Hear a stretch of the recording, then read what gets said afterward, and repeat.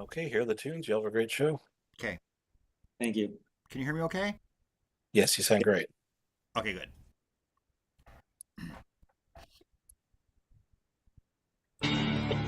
It's time for Success Profiles Radio with your host, Brian K. Wright. Have you ever wondered if there's more to life than you're currently living? Then Success Profiles Radio is the program for you. Every week, we'll explore different aspects of success and how to apply them to your life. Guests will come from many different backgrounds, including expertise in leadership, business, relationships, careers, networking, health, overcoming adversity, and much more. Every show is a dose of inspiration. This is Success Profiles Radio. And now, here's your host, Brian K. Wright. Hello and welcome to Success Profiles Radio. I'm your host, Brian K. Wright, and it's an absolute pleasure to be with you here today. I'm honored that you chose to spend part of your day with me here, and this is going to be a fantastic and amazing show. I'll be introducing my guest shortly, and I promise we're going to have a lot of fun, and we're going to learn some things along the way as well. I do want to take a minute or two to share some things I've been learning and thinking about lately, and I typically do this every single week.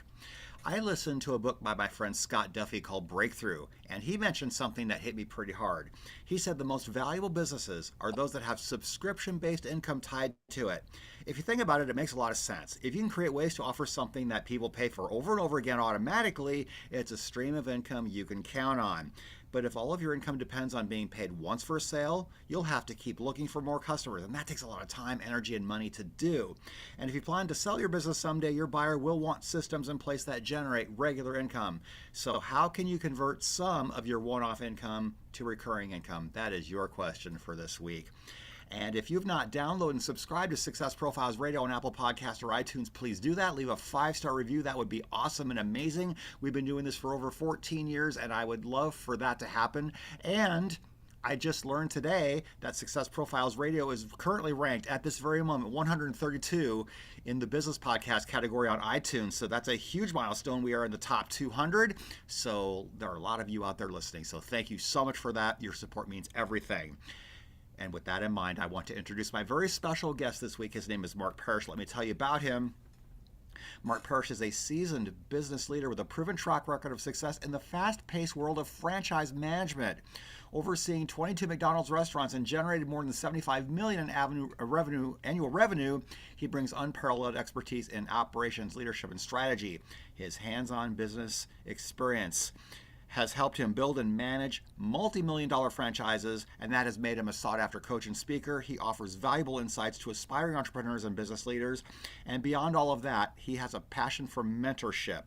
Whether he speaks to large audiences or provides one-on-one guidance, he helps others unlock their potential and build sustainable business. And he is also the creator of the Franchise Formula and author of the Golden Blueprint. We have so much to unwrap and unravel today, and I cannot wait. So here we are with my very special guest, Mark Parrish. Mark, welcome to the show. I'm so glad you're here. Brian, I'm excited about our conversation we're about to have. Thanks for having me. You're so welcome. So the first thing I love asking is, did you envision yourself early on that you'd be where you are right now? No, I never did. There's a few key points that you have in life, a few times, like you graduate high school, you go to college, like you have those times where in your life you're going to make a big decision going forward. So when I graduated high school, the only thing that I knew that I was going to do at that time was I was going to leave and do a Christian mission for 2 years, which I ended up going to a place called Recife, Brazil. After that, I thought I was going to be an attorney, so I came home and started doing school to become an attorney. None of the stuff that I'd really thought about back then, had the foresight to see, has really happened. It's actually all been better than what I expected in every single way. That is such a great lesson, because sometimes we are so married and attached to the outcome we want that we sometimes forget that when we hear a no or a not yet, there's actually a much better thing that's on the horizon for you instead. And that's a great worldview to have, isn't it? Yeah, it's a great world review. And going into a little bit more of my history, like I also, the church that I'm a part of, we weren't able to go and serve our mission until we were 19 years old. I graduated high school 17. So I had this gap in between, and I'm like, do I go to school? What do I do in between? And I decided to join the military. So I was a part of the National Guard, U.S. Army, for 6 years active, 2 years inactive, which led me to going to Iraq Ramadi, Iraq between 2005, 2006 for 16 months. So all of these things were not truly, I would say, intentional. It was just at the moment I was trying to make the best decision for myself, understanding where I wanted to be in 30 or 40 or 50 years, but the steps that I've taken have gotten me much further than I ever wanted to be. When I finally dove into McDonald's, so today I'm a McDonald's franchisee, and I got to fix my bio. I do 88 million a year in annual revenue, but Nice. yeah, instead of 75. So just a little typo. But Yeah. I thought one day, I'm like, man, if I can just get to 5 restaurants, if I can Yeah. get to 6, that'll be plenty. I'll be happy. I won't need anything more. But I've become the kind of person who's I'm always satisfied and I'm always happy, but yet I'm also always searching for more because I realize that I've been given tips, gifts, and talents, and I have these abilities. And as I keep growing and keep expanding, I keep seeing what more I can become and who I can become and what I can do. And so now I just keep trying to stretch bigger and bigger in every aspect of life, not just the financial side and the business Right. side, of course. Great. When you were really young, you worked for your dad, right? Yeah, so I started McDonald's when I was 12 years old. So my dad became a franchisee. He started when he was 16, became a franchisee when he was 37. And Wow. so because of that, there's no child labor laws when you're working in the family business. So I was working at McDonald's at 12. Wow. And Yeah. that's what is it like working for your family? Yeah. So in the beginning, it wasn't too bad. I mean, I Hmm. had my brothers and sisters all working in the business with us, but it would be like a bus would show up at the restaurant. We only had one, lived in Holdridge, Nebraska. We would all jump in the minivan and we'd run down and we'd help get the bus done, right? So get those 40 to 100 customers done and on their way as quickly as possible. After I came home, and this is from Iraq, and I decided that I truly wanted to be a part of the McDonald's system. Because until then, I had been in and out of the McDonald's system and I wasn't satisfied. I didn't think I wanted to do a long term. I had seen the pain and struggle that my parents had gone through financially trying to make it work. And then I saw the effort and I'm like, man, it's not worth what they're getting back in return. But anyway, after I come home from Iraq, I decided then that, hey, I was going to try and make McDonald's a career. My dad had gotten his organization to 5 restaurants, which at the time was what for us, it was amazing, right? Yeah. Going from him being a crew person at 16 to becoming a franchisee and having 5 restaurants, we thought was awesome. Now I've been able to grow the organization to 22. And so did I ever so my mind has been blown away, right, with what I've been able to achieve. And did I ever think that I would do what I'm doing today? No, I didn't. Yeah. But every step I took, so every time I left McDonald's, I was able to come back and oh, so the relationship with me and my dad was very strained when I first came back from Iraq. When I committed to McDonald's and I said this is going to be my path, um, it was something that he forced himself to do, and I forced myself to do for a while. There were probably 2 years of him wanting to fire me and me wanting to quit on a daily basis. And Wow. a lot of it was because he was kind of a micromanager. And so when I say he had those 5 restaurants and I was the general manager for him, just running one restaurant. There was twice that he he lowered my pay. He left me in the same position, but he lowered my pay twice. And so when you think about it, for a dad to be able to do that to their child and understand the struggles and everything that comes with it, it was him giving me signs that, hey, I'm not satisfied with where you are today. And his expectations for me definitely were higher than those outside of the family. And so was it fair? Completely. He's my dad. He wants me to succeed at the highest level. He understands my potential more than anybody else. So why wouldn't he drive and push me harder than he would a normal person? Absolutely. So in the opening bit, I talked about passive income, and I've heard, Yeah. and what you can confirm or deny whether this is true or not. I have heard that McDonald's might be toying with the idea of a monthly subscription option. Is that happening, and would it work? So yeah, they I've heard this too, but I haven't been able to confirm that myself. So I've heard of the subscription being somewhere around 55, $58 where you could eat. And I think it was 1 or 2 times per week, and that's kind of your subscription. Your opening comment about subscriptions is amazing because right now I'm a part of a group that we call OpNad, and so there's 53 franchisees across the U.S. system that get to spend or choose where $1.9 million of marketing budget is spent in a year. And so I'm one of those guys that every year we're trying to always tell our story to our customers to bring them in. And so right now we're doing the FIFA World Cup, right? So the Yeah. FIFA World Cup, we've got the cups, we've got 9 different players on those cups, but that was one of the decisions we made. We made the decision to bring on those players. We made the decision to spend money on the cups, spend the money in order to bring those players and advertise with them. So we do that every year. I mean, imagine if you could just sign somebody up, you sell them once and they keep coming back month after month, year after year, year after year. I mean, your costs would drop immensely. We only spend, though, about 4% of our revenue on advertising. But that's because the Golden Arches are so well known. I think that businesses that are smaller or don't have the name recognition that McDonald's has, I think they have to spend a little bit more money. But us together, the group of 14,000 restaurants across the US, we're spending 1.9 billion a year. That's absolutely amazing. We've got less than 2 minutes to our first break. What's the Okay. highest value skill that anyone can develop? So the highest value skill is really, it's a people skill. And it's one of the things that has made everybody successful, that has achieved it. Because you can look at the technical things, you can always teach the technical, but can somebody inspire other people? Can they motivate other people? Can they tell a vision in such a way that it influences change among people? I think, and a lot of people would call that sales, and I agree that it really is sell. You're selling a vision, you're selling what you can do and what you want to aspire to do. And I think that is the greatest attribute. And when people talk about AI, this is the one thing AI can't replace. Mhm. People have to lead people. People want to follow great leaders and great vision. So that's what I would say. That's fantastic. We are coming up against our very first break. My special guest is Mark Parrish. And when we come back, I'm going to ask him what is the most expensive mistake he's ever made.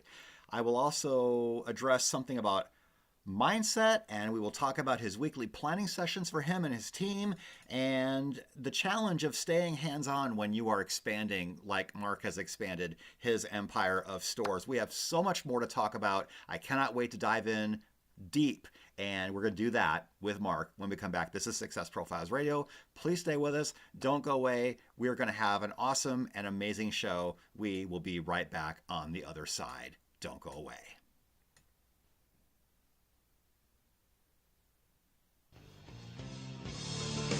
Perfect.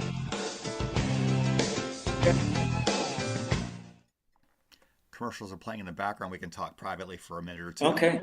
No, that's interesting. I mean, and that worked really well. He's updating the time as we go, so it made it easy to kind of count it down. And then do you see a timer on your side? Or are you still watching? No, I see what he's typing. Okay, so Just then like you're you. in your head counting down how many words you need to say. Cool. Very fun. I've been doing this for almost 14 and a half years. I've got a pretty good feel for the odd man out in the middle of the forest is when it's just under a minute. I'm like, okay, there's not time to ask a question, and I got to figure out how to tease enough topics. Right. Yeah. So good. And does he do the same thing to cue us back in to? No, Okay. He'll just start turning the music. He'll turn the music up when it's time. That means it's time to go. Okay, gotcha. This is fun. I like it. Thanks. I'm so glad you're here. Yeah, I'm enjoying this. Well, and this is the new experience for me. So I always love when I get to do something new. So very cool. Lives wanting more than they currently have. And this show will clearly demonstrate the principles: if I can do it, you can do it. So let's get back to the show. This is Success Profiles Radio. And here again is your host, Brian K. Wright. And we are back. This is Success Profiles Radio. My very special guest this week is Mark Parrish, and we're talking about how he has franchised multiple McDonald's stores to build his business. And if you have not subscribed to Ultimate Achievers Magazine, you can do that at ultimateachieversmagazine.com. We are currently working on the July issue. The June issue came out last week, and you can subscribe at ultimateachieversmagazine.com. You can pick your subscription option. It's a digital magazine, and you can go on the site and read every single issue we've gone on all the way back to December 2017, when Kevin Harrington from Shark Tank was the very first cover feature. So, Mark, let's talk about the most expensive mistake you have ever made. It can be financial, doesn't have to be. It can be something that you held on to for way too long, or something that you gave up on way too soon. Yeah.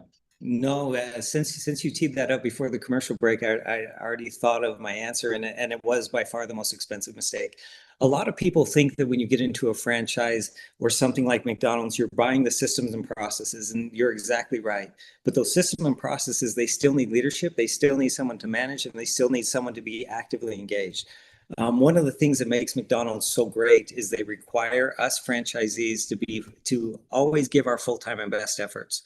That's one of the difference makers between us and other franchisees. Others can be where they're just investing in it. It's just almost like buying stock or shares, and then you hire a management company to manage them for you. But I have to be engaged.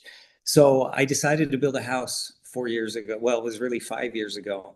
And that I didn't have the best contractor, which made me need to be at the job site 10 to 15 hours a week. And because of that, I lost my focus a little bit on what was happening into the restaurants. This was during the time of not the beginning of COVID, but a little bit into COVID, where the government was stimulating and throwing lots of money into the economy, which created massive inflation. The one thing I made a mistake on is inflation was going up. My costs were going up on the labor side, on the food cost side, and I did not do anything to manage those costs. That was really my biggest expense, or my biggest mistake I've ever made. And so now I've put in some guardrails or some things to kind of trigger me to say, hey, look, this might be something that's out of whack, and I just definitely don't want to make that mistake again. It was very costly. Absolutely. I can appreciate how that can be true. Let's talk about mindset. What are some differences between those who are super successful and those who maybe are not? Yeah, for me, the biggest mindset difference is those who truly have what I'd call optimism. And so for me, optimism is the same thing as faith. It's, do you believe what you're doing today is going to make tomorrow better?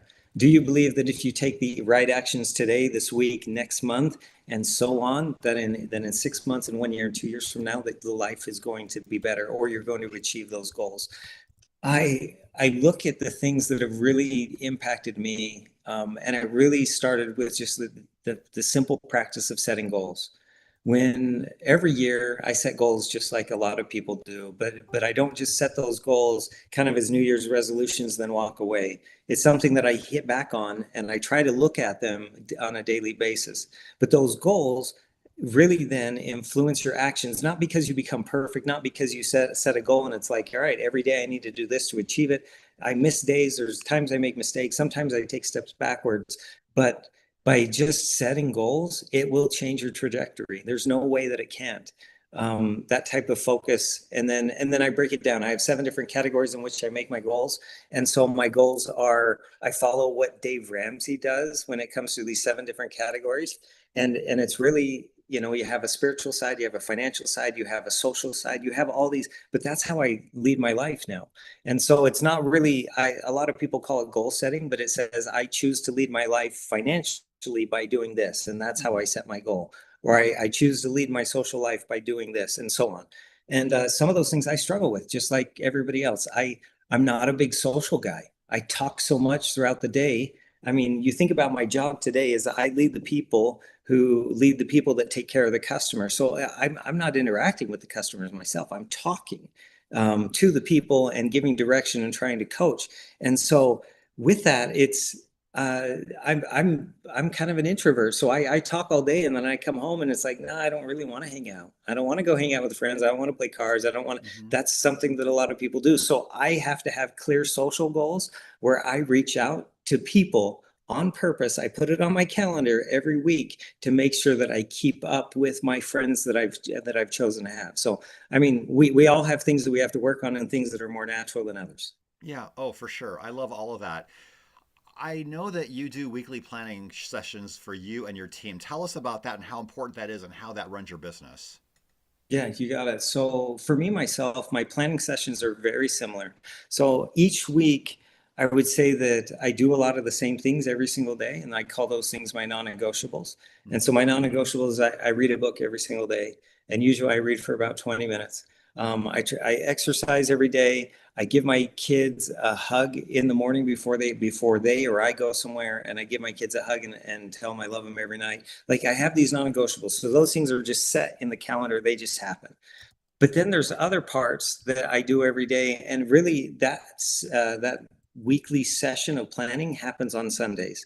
Sundays is the day of rest. It's the day of peace. I go to church. I spend a lot of time with my family, but that's where I make the time to really get an advantage on what I'm going to do the next week. There's some things, just like everybody else, that I have set in my schedule that are planned by McDonald's Corporation or they're planned by my team that I have to attend. But that Sunday allows me to really plan and think about what I want to achieve that week, because my goal is to do something that week that makes the following week better.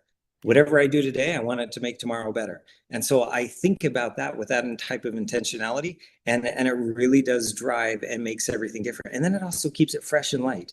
Like 12, 14 months ago, I never thought I'd be on a live show with you, Brian. I never thought I would. And here I am. I mean, but this was just because I started thinking about who I wanted to be and what I wanted to do in 5 years. And then I started making small intentional steps in order to do it. Fantastic. So let's talk about growth for a minute. As you add more stores to your business, how challenging is it to continue being hands-on, and what is your solution for that? Yeah, so that one's extremely difficult because the bigger I get, so right now I've got about 1,250 employees. And so what that really means is what I do has less impact on the day-to-day. So it's very hard for me to create change across 1,250 people. So when I decide that I want to make some type of adjustment or change, I have to think of something that's going to create influence for that 1,250 people. So what is it that I can do that 1,250 people are going to look at and say, oh, that makes sense. I want to do that. Because if not, really all I'm doing is wasting my time, right? Or I'm talking about some idea that never, because the customer has to see it. The customer has to notice. And so for me, I look at my 1,250 people and I have to do something that changes their behavior that the customer notices. And that's extremely difficult. So I think a lot of how I can reward and how I can take care of people differently. So one example is today I called, I have 5 area supervisors. They're regional managers that oversee 4 to 6 restaurants. Each one of them also has a secondary duty for the organization. One is over the kitchen and food cost, food management, inventory management, all that kind of stuff. And then the other one is over people. I called them both today and I wasn't planning on sharing, but I said, I want you to pick something very big, some reward that I can give you.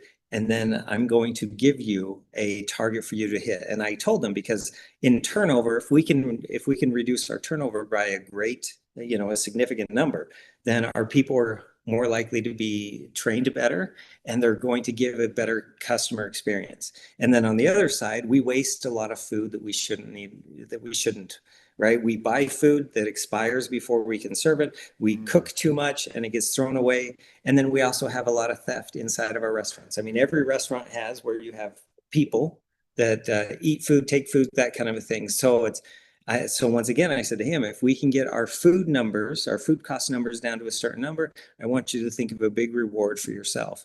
And in my mind, I'm thinking for him, it's a brand new truck. So if he can fix the food numbers, I'm going to get him a truck. And for her, I don't know. It's probably going to be something cash because she wants to invest in some real estate. But anyway, hopefully they're not listening right now because I wanted them to come up with them themselves. But that's what I'm always working on. So how can I influence or incentivize change across 1,250 people? Yeah, I love what you just said because I can't remember if I read this or heard this or who I even heard it from, but there's a company out there where the owner said, what reward would be big enough for you to get excited about? And somebody blurted out a company trip to like Mexico or something for a week. Yeah. And then he said, okay, let me think about what goal is big enough to justify that. And he came up with that. And I think it was probably like a year-long goal or a 6-month goal or a quarterly goal or something astronomically bigger. But they hit it because the bar was now set really high. Yeah. Because if you're going to have a big goal like that, you've got to set the bar really high for performance or else you can't give it. Right. So what you said inspired me that. Yeah. Yeah. I mean, I have what I call business principles. And one of my business principles is create an environment where our team is taken care of financially and professionally. So I want to take care of my people and I want them to hit their big, hairy, audacious goals, right? Their BHAGs. And because of that, it's all right when I go and I hit mine, because I had a goal and I just rewarded myself today with that. and it was to get to 20 restaurants, and now I'm actually at 22. But I decided that when I hit that, I was going to reward myself with something. And so I want to offer the same type of reward system for them. They don't have the same control because they're not the owner operators, they're not the franchisee, but I have that control where I can offer something. But obviously they're going to give something that's a win-win to the business. And so then I get to reward them for their great work and effort. That is fantastic. So pivoting just a little bit, is there a difference between how you lead your team at work and how you lead your family at home? So not much. And when I say that, it's truly in that I wrote a book. You talked about it a little bit in the intro, the Golden Blueprint. And really what it is it's how do you lead yourself? How do you lead your family? And how do you lead in business? Because all three of them should not be separated. A lot of people talk about work-life balance, and I don't believe in work-life balance. I believe in work-life integration. Like if you separate work from life, it's because you don't like one and you like the other. But for me, I integrate the two. It's how can I make the two work together so that they're both helping each other be more successful. So just like in the business world, at home, I have a vision statement, or well, we have a mission statement. We have what we call the Constitution, which is really like your policies and procedures. And then we have family rules. We have lots of things that are organized, but to make it simple, to help people understand who we are and what we're trying to do. So you think about in business, you're trying to create culture. Like, what do we believe? What are our values? Who are we? How do we respond in certain situations? What do we want to be known for? In the family life, I try to do the exact same thing. Everything that I learned in business to operate that group in order to create success, why would I not want to do it with the most important group of my life? My wife, my 5 kids. Why would I not want to lead them and give them the best leader that I can be, just like I try to do on the money side, on the business side? So that's really, like, for me, that's what I call the golden blueprint. Yeah. It's take the business principle that you're learning today and implement it inside of your family to create success. Great. Where can we find that book now that we're talking So about it? it's just on Amazon, right? So you can have it on Audible, and it's me reading it, or you can just buy the hardcover or the soft cover. But they're there, and the book, I will tell you, it will change your life. And well, it'll change your life if you want it to. If you want to create success in every aspect of your life, that's the right book for you. If you're looking for career advice, it'll give you that too, and it'll help you be better in your career. If you want to be a better parent, it'll help with that too. But this is the one that's supposed to really help you to be better in all things. Absolutely. We've got less than 2 minutes to our break. How do you make great decisions when the stakes are high? So it really comes back to, and this is where I pay for coaching. And so a lot of people would think, and I know we're up against the clock, but a lot of people would think that, when you reach this point where you're doing almost $90 million in annual revenue, that you're still just the boss and you just make the decisions all by yourself. I have people whom I consult with that I take advice from, and I've built that network. And so those types of things are always there. The other thing is, when I talked about earlier, continually reading, that is always getting advice from the greatest experts around the world. And so I'm always reading because I'm always a different person, and I always need the best advice and the best encouragement. So that's my biggest advice is we should always be learning and growing. Fantastic. We are coming up against our next break. I can't believe how fast this is going. We are talking with Mark Parrish. He has 22 McDonald's franchise stores. And how big are you wanting to get? So right now I'm trying to get to 30 restaurants by 30. So the journey to 30 by 30. And so, but once I get there, I'm going to go for 50. Perfect. I love it. We're going to talk some more with Mark when we come back. And I'm going to ask him, how do you build systems that scale people? We think about building and scaling systems, but if you have the right systems, you can scale people. We're going to talk about that. We're going to talk about avoiding complacency, and we're going to talk about how we can keep people accountable without micromanaging. We're going to talk about so much more when we come back. This is Success Profiles Radio. We will be right back after the break.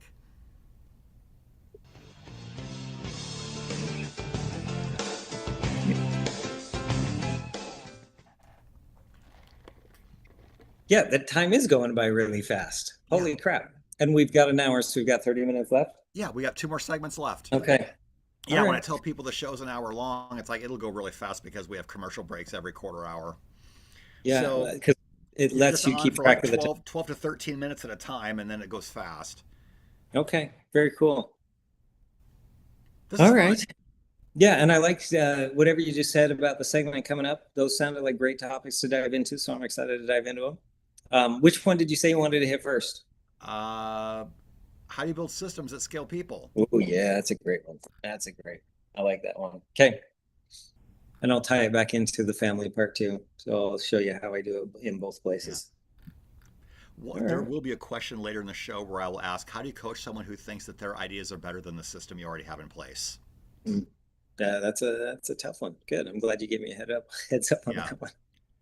I worked with somebody. So many once- people live their lives wanting more than they currently have. And this show will clearly demonstrate the principles: if I can do it, you can do it. So let's get back to the show. This is Success Profiles Radio. And here again is your host, Brian K. Wright. And we're back. This is Success Profiles Radio. If you've been listening to the commercials during the break, you know that I help people write and publish their books, whether you are looking for a ghostwriter, a book writing coach, or something along the lines of just publishing what you already have. I can help you along the way. You can schedule a call with me at callwithbrian.com, and I would be glad to talk to you about your idea, and we can see what the fit is. So once again, if you are looking to write or publish your book, go to callwithbrian.com. I'd be glad to have that talk with you.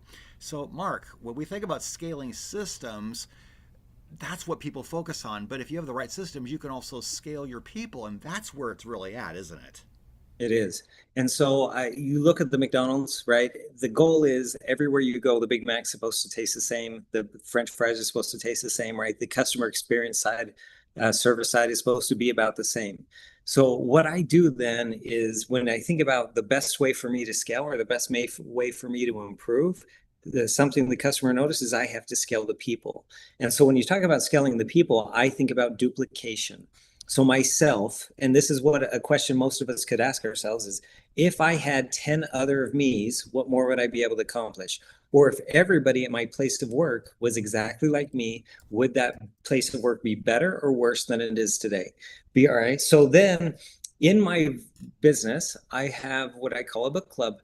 And it's exactly what it sounds like is I give them a list of 55 books and they start at the top and they start reading and they read with their group. So I told you about area manager or area supervisor, regional manager. They are all in charge of their book club. Everybody who is a department manager or above is required to read at least 4 books a year with me. And that's it. And I reward them and I pay them for it. So I pay them $100 per book. They have to pass a verbal interview with me. But then, and then after like 5 books, I give an extra prize. At 10 books, I give them what I call the associate's degree, and I give them another prize, like they get a watch and they get a certificate, stuff like that. But all the way as they expand and grow. These same books that I have my managers and my leaders inside of the restaurants reading are the same ones my kids read. So the top of the book is The Gap in the Gain. And that book my kids read about 18 months ago. And those books, is it Benjamin Hardy? I should know, and Dan Sullivan. All of them are great books. The 10X is easier than 2X. Yep. The Science of Scaling, the Who Not How. All of those books have some of the best topics and ideas that are out there. But anyway, these are the books that I have them read.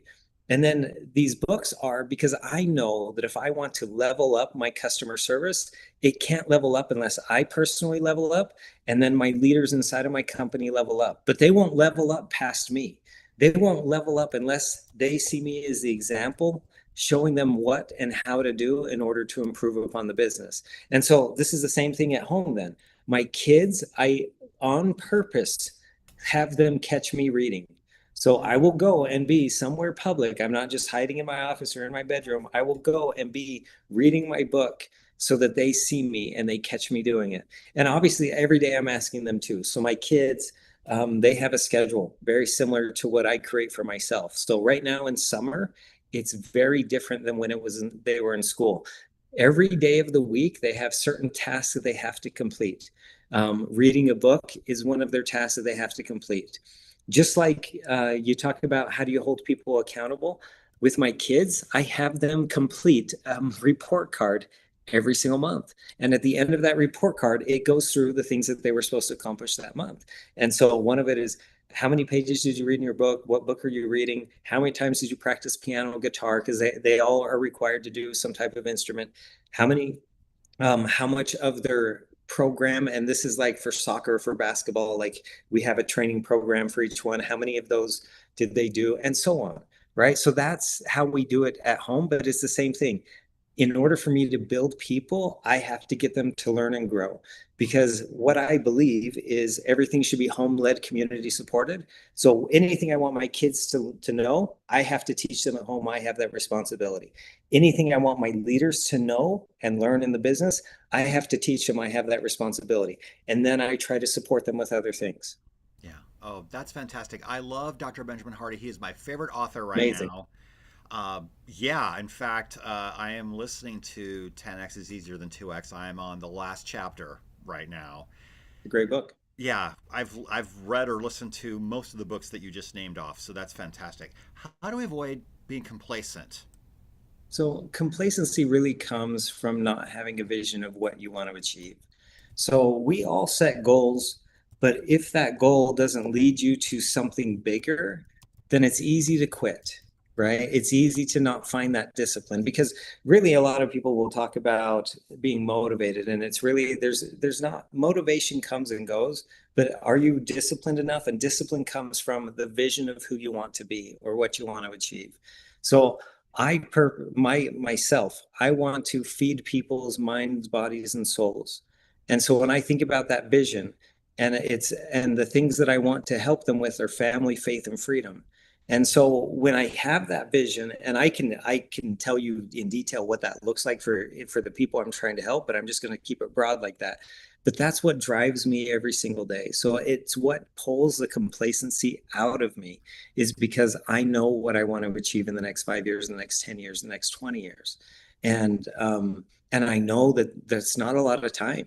Like I'm 45 years old today. I'm probably at the halfway point, which means I only have 45 years left in order to create the maximum amount of influence that I can. And because of that vision that I have of who I want to be over the next 45 years, that's what is going to prevent me from being complacent. Yeah. Oh, I love that. That's so amazing. So let's talk about accountability for a second, because a lot of people equate accountability with micromanaging, or it can go Sure. into that direction. How can we keep people accountable without micromanaging them? Well, and that's a hard one because, all right, business principle number two for me, I already talked about them a little bit, is micromanage until there's trust. So I personally am someone who hates micromanagement. It was one of the biggest qualms that I had with my dad in the beginning when I was working for him. But he did the same thing. He micromanaged until he knew there was trust. Every day he would call me at 7 a.m. and he would make sure I was on the road, that I was headed to a restaurant. Every day at 6 p.m., and I mean every day, Monday through Saturday, not Sunday. He would call me at 6 p.m. and just to hear that I was just leaving a restaurant and headed home.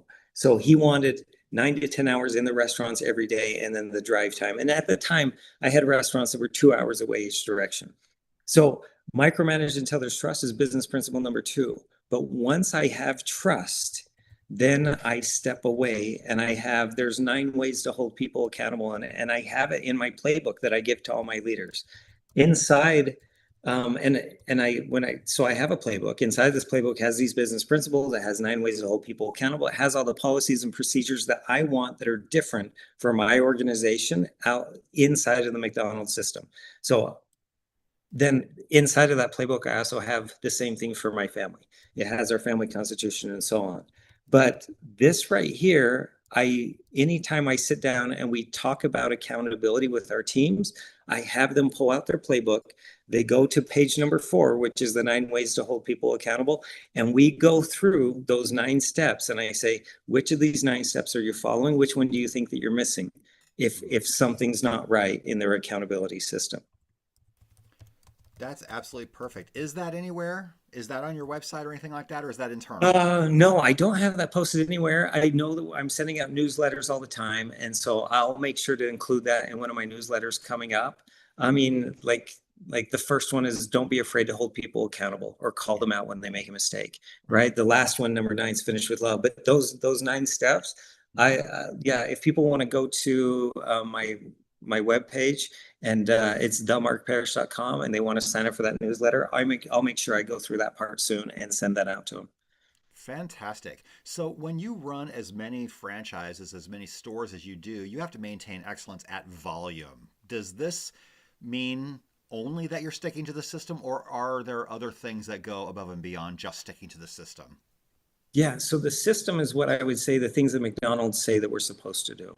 Mhm. And those are really just like when we put meat down on the grill, we're supposed to start on the right side and go from the front to back. So you think about us just putting the patties on the grill. We start on the right, we go front to back, and we can cook up to 8 at a time. All right. That's like something that McDonald's says is a system. McDonald's, though, they don't teach us how to do, well, they do, but the people side is a lot more complicated than that side. It's very easy to say, okay, you're going to do a 32-ounce soda. It's this much ice. The soda has to come out at 36 degrees, and it's going to come out at 36 degrees because of you pre-chilling the soda syrup and the carbonated water, and then they mix together at a perfect 36. They hit the ice, which is going to keep that carbonation. So those parts of the systems are very easy to do. Mhm. It's the people side that gets complicated, Yeah. and it's the most rewarding side and also the most challenging side of running any business. You'll ask a lot of business leaders and you say, what is the greatest strength? And they'll say, well, it's people. If you can just have great people, then the business will take care of itself. And it's so true. But you have to be somebody who's great because you attract people like yourself. I truly believe that my best leaders inside of my organization, I'm either going to attract them or I'm going to push them away based off of who I am.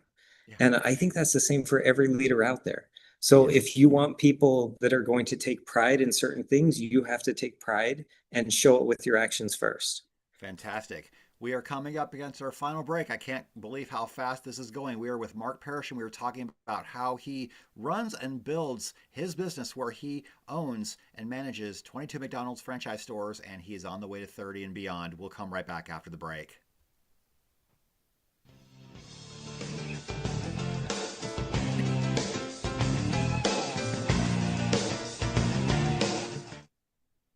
Man, I didn't even see the chat that time. That's okay. No, it worked perfectly. Yeah. Oh, good. We just got lucky then. Because once again, I can't believe it's already been another 12, 13 minutes. Mhm. Okay. It really does break it up. It changes yeah. Interesting. Very cool. Yeah. When did this book come out? Was it a couple years ago? No, it was last year. It was in the fall because I remember as I was recording the audio, I had just gotten over a cold and I had like the raspy voice. So I recorded it with a raspy voice. No, my wife thinks it's attractive. So Yeah. I tell her to go listen to the book and, and then she finds me a little more attractive afterwards because it's a more masculine like voice. So, but yeah, Sort of so Sean it was Connery. pretty recent. Yeah. What's that? Sort of like a Sean Connery kind of thing. Yeah, maybe like a Sean Connery because I still was able to do pitch and everything else. It just had a little more, I don't know. It was a little deeper throated, I guess. Yeah. That's fantastic. Any plans to do another one someday soon? So I Demonstrate the principles. If I can do it, you can do it. So let's get back to the show. This is Success Profiles Radio. And here again is your host, Brian K. Wright. And we are back. Down the stretch we come. This is Success Profiles Radio. And my very special guest this week is Mark Parrish. And we were talking about franchising McDonald's stores and building his empire within the McDonald's system. And once again, if you have not downloaded and subscribed to Success Profiles Radio on Apple Podcasts or iTunes, please leave a 5-star review. That would be awesome and amazing. And that would be very, very meaningful to us.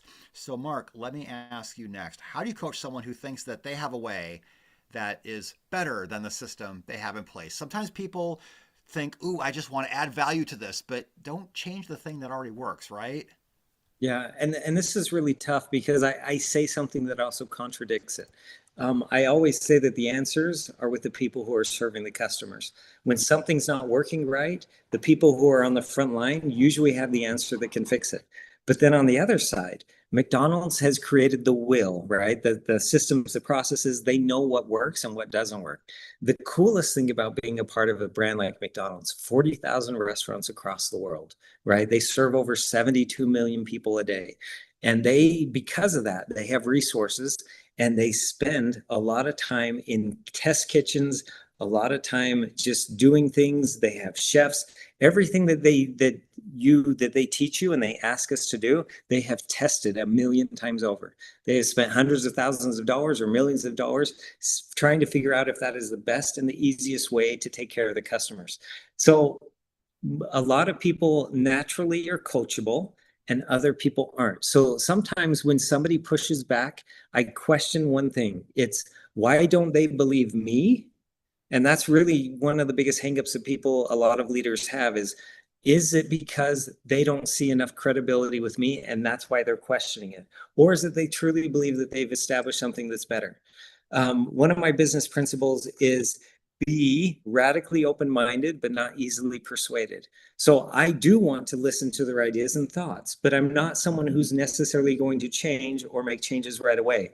And so if they don't trust me or believe me right away, that's a problem with me. It's where I haven't created the credibility or I've made a mistake in the past that they no longer have trust with me. But then on the other side, because that's where I want us to look first. I want us to look at ourselves as leaders first to see why they're not trusting us. And then if there is something else, then you talk about, I can't put water in a cup that's already full. And that's what I tell my kids. If they think they already know everything, I can't teach them anything. And so having that trait of, are you coachable? And if you are coachable, show me what those actions look like to becoming coachable. Those people that go that way, it's very rare that I run into that type of problem. But at some point, there's going to be some type of division where that person's no longer going to be able to work for you. And so that's a problem. Is there a way to be able to fix it? I don't know.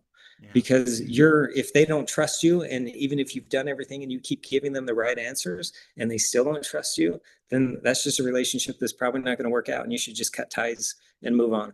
Absolutely. So let's talk about success being the mountaintop. There's a place where we all want to go and we think that we finally made it, but that can really expose some things, right?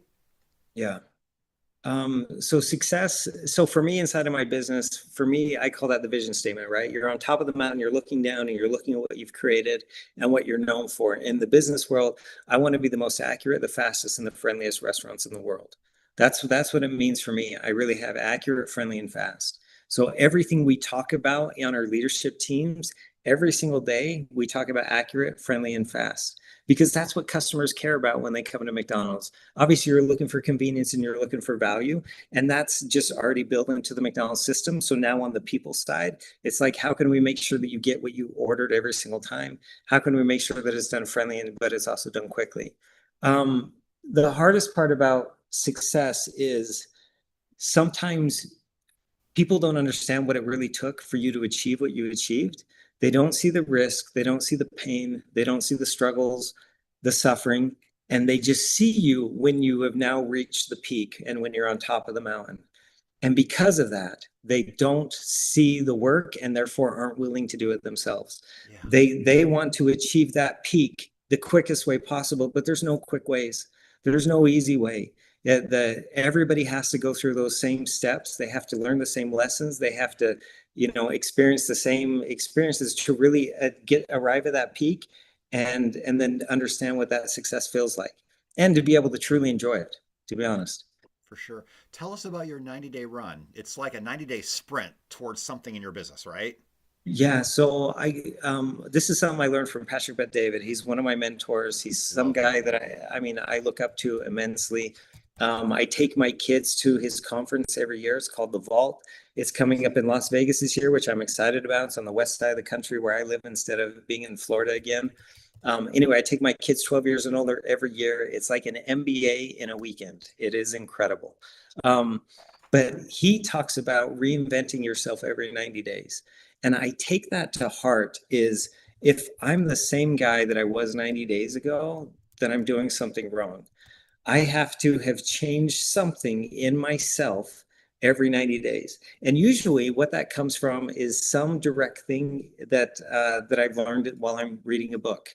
And because of that, it's always helping me be a little uncomfortable or be a little comfortable being uncomfortable.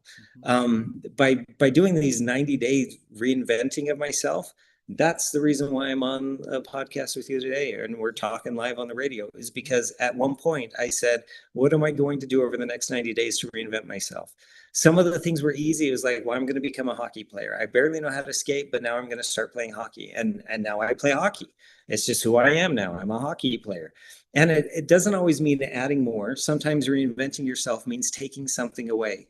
And that's where a lot of people also have a struggle with, because taking something away and that's a routine or a habit is just as hard as starting something new. And so that's what it means to reinvent yourself and start these 90-day runs. Yeah, I love it. How do you make difficult decisions? So difficult decisions, there's a lot of them, and you have them in every category. I look at it basically off of the law of probability. Mhm. And so every day we all look at the weather and we say, oh, today it looks like it's going to be this many degrees. There's this much chance of precipitation, this much chance of wind, and so on. Those are probabilities based off of historical, incidents, things that have happened in the past. I try to look at those difficult decisions and say, what is the probability that this is going to happen? Or what is the probability of this to happen, this to happen, and this to happen? And then I weigh those probabilities based off of the true vision of the company and what our short-term and long-term goals are.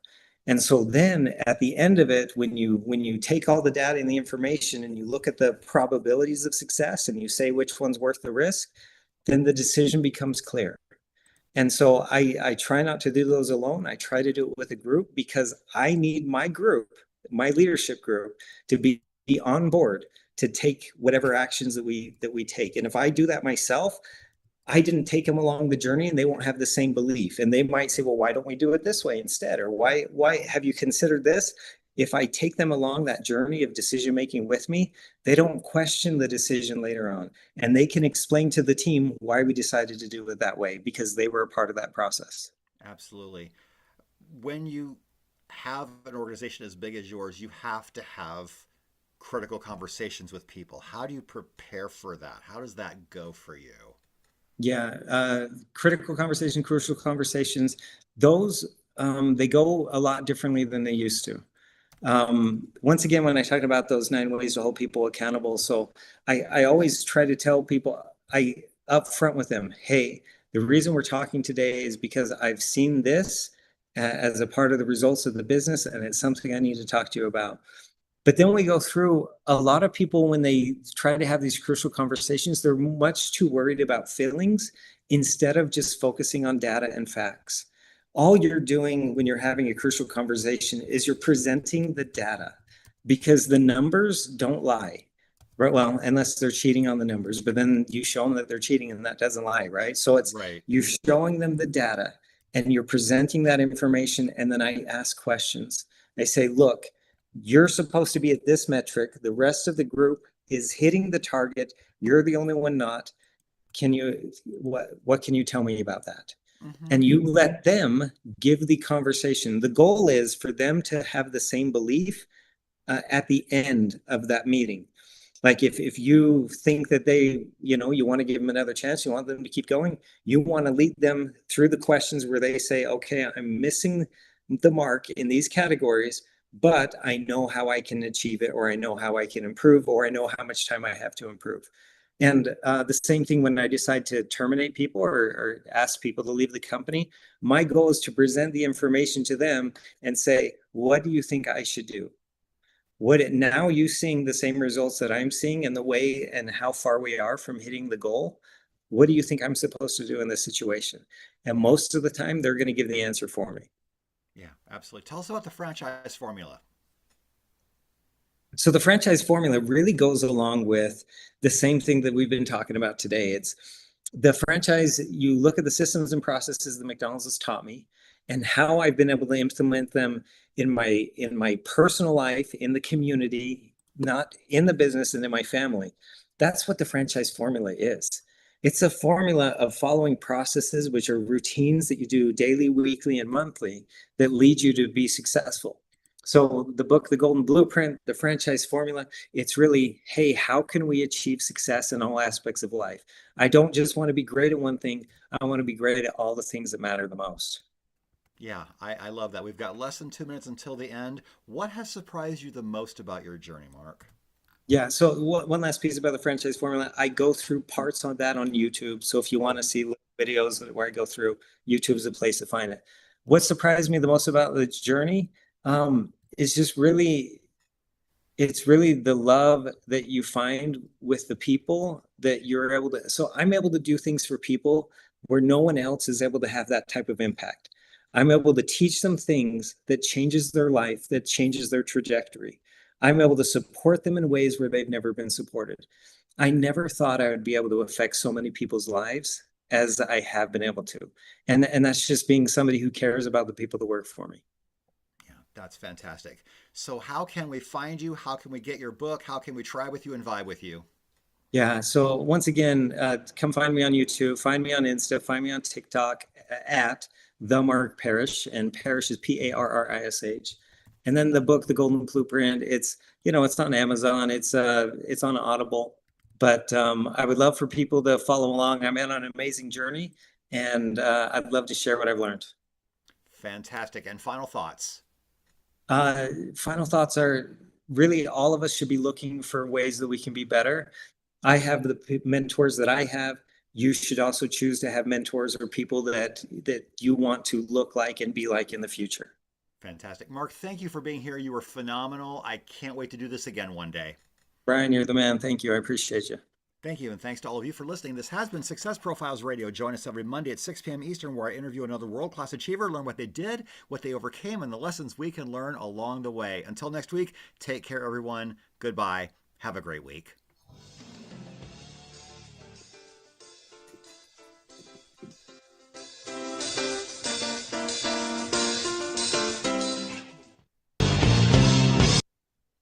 Perfect. You were amazing. Thank you.